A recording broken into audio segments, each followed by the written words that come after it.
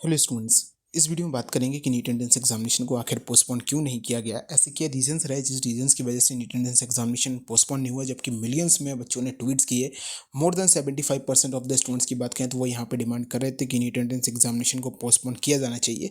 आखिर ऐसा क्या है कि CUET, JEE और यहाँ पे नीट की सारी एग्जामिनेशन को एक साथ कंडक्ट यहाँ पे कराया जा रहा है। तो सबसे पहले बता दूं, मैं इसमें मुझे जो लगता है वो चीज़ मैं आपको शेयर करूंगा, क्योंकि अभी तक NTA की तरफ से, एजुकेशन मिनिस्ट्री की तरफ से, किसी की तरफ से यहाँ पे कोई भी ऑफिशियल रिस्पांस नहीं आया है।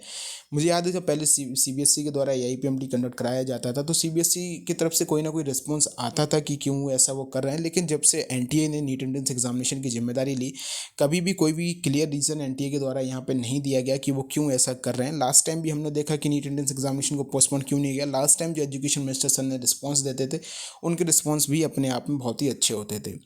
लेकिन अभी तक NTA की तरफ से कोई क्लैरिफिकेशन नहीं दिया गया है, एजुकेशन मिनिस्ट्री की तरफ से कोई क्लैरिफिकेशन नहीं दिया गया। केवल और केवल न्यूज़ सोर्सेस ने ये कहा है कि यहाँ पे एजुकेशन मिनिस्ट्री चाहती है, हेल्थ मिनिस्ट्री चाहती है कि नीट का जो कोर्स है वो एक ट्रैक पे आ जाए, जो ट्रैक पहले रहता था कि पहले नीट का जो फिक्स था कि वो नीट में एग्जामिनेशन मई में कंडक्ट होता था। तो वो बहुत अच्छी चीज़ थी कि नीट एंट्रेंस एग्जामिनेशन मई में कंडक्ट होता था। स्टूडेंट्स को मालूम रहता था कि फर्स्ट संडे जो मई का होगा उसमें एग्जामिनेशन कंडक्ट होगा ही होगा। लेकिन यहाँ पे अगर आप चाहते हैं कि नीट एंट्रेंस एग्जामिनेशन का जो है वो वापस उसी ट्रैक पे आ जाए, तो इसके लिए आपको एग्जामिनेशन पहले कंडक्ट कराने की कोई जल्दी नहीं है।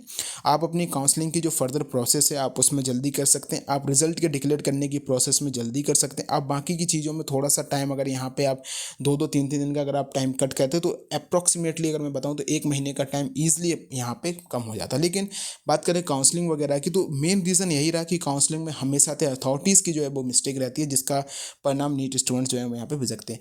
अगर काउंसलिंग सही तरीके से अच्छे टाइम से सही टाइम से कंडक्ट करा ली जाए, काउंसलिंग में अगर 7 डेज़ का रजिस्ट्रेशन टाइम होता है, अगर उसको 6 डे में रजिस्ट्रेशन टाइम में कंडक्ट करा दिया जाए तो 3-4 बार रजिस्ट्रेशन यहाँ पे होते हैं, तो 4 दिन आप इजीली वहाँ पे कट डाउन कर सकते हैं। तो यहीं पे मेन चीज़ यहाँ पे होती है कि 3 जो हैं वो यहाँ पे मिनिस्ट्रीज़ और NTA इन्वॉल्व है। एजुकेशन मिनिस्ट्री, हेल्थ मिनिस्ट्री और NTA, ये तीनों की तीनों मिलकर नीट एंट्रेंस एग्जामिनेशन से लेकर एडमिशन तक यहाँ पे होते हैं। NTA का काम होता है केवल और केवल एग्जाम को कंडक्ट कराना, एजुकेशन मिनिस्ट्री गाइडेंस, और साथ ही साथ जो आपका MCC हुआ वो काउंसलिंग के लिए यहाँ पर रिस्पॉन्सिबल होता है। तो यहाँ पे काउंसलिंग में डिले हुआ इस बार, जिस बच्चे से बच्चे चाहते हैं कि नीट एंट्रेंस एग्जामिनेशन पोस्टपोन हो, जिसको यहाँ पे नहीं सुना गया, जिसको टोटली इग्नोर किया गया। और एजुकेशन मिनिस्टर साहब ने जो रिस्पॉन्स दिया था यूनिट टेस्ट से कंपेयर करके, वो तो अपने आप में ही काफ़ी बड़ा रीज़न जो था वो यहाँ पे माना गया था। तो अगर आप चाहते हैं कि आपका एजुकेशन का जो पूरा करिकुलम है वो एक ऑन ट्रैक पे आ जाए, जो ट्रैक पहले था, तो आप उसको दूसरे तरीके से भी ला सकते हैं, या फिर सबसे बढ़िया है कि आप हमें आज बता दें कि नीट 2023 किस डेट को कंडक्ट होगा। मैं स्टूडेंट से कहना चाहूँगा कि आप लोग मई के हिसाब से ही प्रिपरेशन करें, क्योंकि इन्होंने जुलाई में इस ईयर कंडक्ट कराया, तो मोस्ट प्रोबेबली 99% चांसेस है कि नेक्स्ट ईयर ये एग्जामिनेशन मई में कंडक्ट करा के ही रहेंगे। जो ये चाहते हैं वो नेक्स्ट ईयर तक ये करा के ही रहेंगे।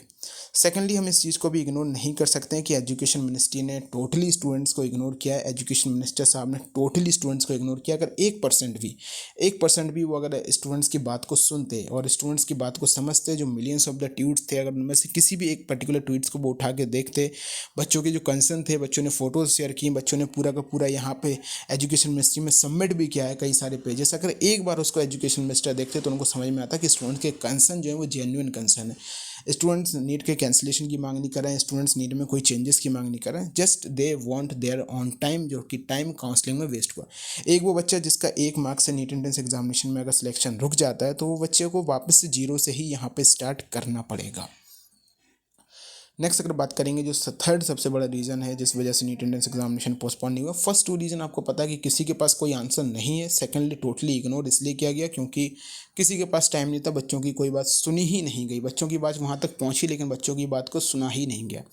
तीसरा मेन रीज़न जिसको हम इग्नोर नहीं कर सकते, जो सबसे ज़्यादा इंपॉर्टेंट है, कि नीट की जो कोचिंग इंडस्ट्रीज है वो काफ़ी बड़ी इंडस्ट्री है। कई सारे एजुकेटर सपोर्ट में थे, कई सारे ऑनलाइन एजुकेटर भी सपोर्ट में थे, लेकिन एक सपोर्ट जो चाहिए होता है वो स्टूडेंट्स को उस पर्टिकुलर साइड से नहीं मिला जो स्टूडेंट्स को मिलना चाहिए था। नीट की अगर हम बात करें तो नीट की कोचिंग इंडस्ट्री, साथ ही साथ अगर नीट में आगे बात करें MBBS की, तो ये हम सबसे छिपा नहीं, और इसमें कोई बड़ी बात नहीं कि ये बहुत बड़ी इंडस्ट्री जो है इसको माना जाता है। तो ये तीनों की तीनों मेरे हिसाब से रीज़न रहे जिस वजह से नीट को पोस्टपोन नहीं किया गया। अगर बात करें कि करिकुलम को ट्रैक पे लाना है इसलिए नीट को जल्दी कंडक्ट कराना जा रहा है, तो ऐसा कुछ भी नहीं है। मुझे नहीं लगता कि एक वैलिड रीज़न है, क्योंकि अगर आप चाहें तो एक साल में 3 साल आपने डिले देखा है, 2-2 3-3 महीने का, आप एक बार 1 महीने का डिले देख सकते हैं। जुलाई की जगह आप अगस्त में एग्जामिनेशन कंडक्ट करा लेते, 17 के आसपास ही बच्चे आराम से एग्जामिनेशन दे लेते, बच्चों को कोई भी मेंटल स्ट्रेस नहीं होता। फिलहाल लेकिन बच्चों की बात नहीं सुनी गई। आपका एग्जामिनेशन की डेट अनाउंस हो गई, एडमिट कार्ड आ गए। आई होप आप सभी ने एडमिट कार्ड डाउनलोड किए होंगे।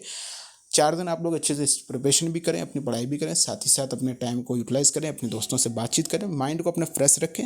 आगे जो भी कुछ भी होगा हम आपको बताते रहेंगे। Thank you.